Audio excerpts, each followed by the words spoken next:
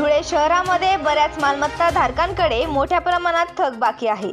त्या अनुषंगाने महानगरपालिकेचे आयुक्त अमिता दगडे पाटील यांच्या आदेशाने मनपा वसुली जप्ती पथक तयार करण्यात आला आहे।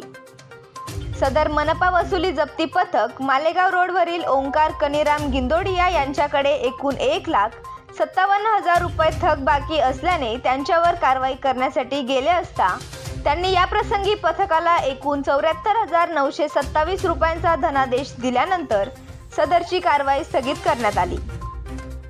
त्यानंतर शहरातील तिरंगा चौक येथील अब्दुल रज्जाक यांच्याकडे एकूण 2,70,772 रुपये थकबाकी असल्याने त्यांच्या घराचे नळ कनेक्शन बंद करण्यात आले आहे।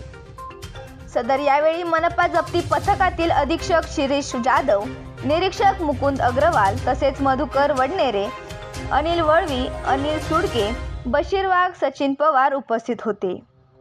तसेच थकील मालमत्ता धारकांनी त्वरित मनपा कार्यालयात येऊन थकीत रक्कम जमा करावी, अन्यथा कारवाई केली जाईल असा इशाराही यावेळी मनपा वसुली पथकाकडून देण्यात आला आहे। शहरातील बऱ्याच मालमत्ता धारकांकडे मोठ्या प्रमाणात थकबाकी असल्याने महाशय आयुक्त अमिता दगडे पाटील यांच्या आदेशाने व अतिरिक्त आयुक्त डहाळे मॅडम, करमूल्य मुख्य अधिकारी पल्लवी शिरसाट मॅडम यांच्या मार्गदर्शनाखाली जप्ती पथक नेमण्यात आले असून त्या अनुषंगाने आज दिनांक 4/1/2024 रोजी मालेगाव रोड येथील ओंकार कनीराम गिंदोडिया यांच्याकडे 1,57,000 रुपये थकबाकी असल्याने कारवाईसाठी गेलो असता त्यांनी धनादेश दिल्याने सदरची कारवाई स्थगित करण्यात आली।